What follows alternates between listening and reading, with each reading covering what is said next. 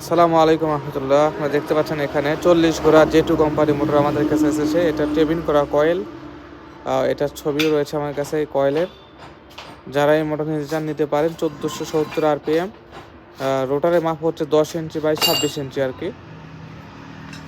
দেখতে পাচ্ছেন এটা সামনে প্লেন, আর ফ্যান কভারটা মোটামুটি ভালো ফিনিশিং রয়েছে, এটা অরিজিনাল যেহেতু এটা।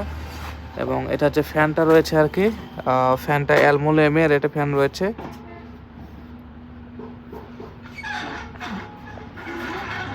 এটাতে আপনারা 2 নম্বর হলার খুব সুন্দরভাবে চালাইতে পারবেন। বাংলাদেশের বিভিন্ন জেলায় আমরা কুরিয়ার মাধ্যমে কিন্তু মোটরগুলো পৌঁছে দিয়ে থাকি।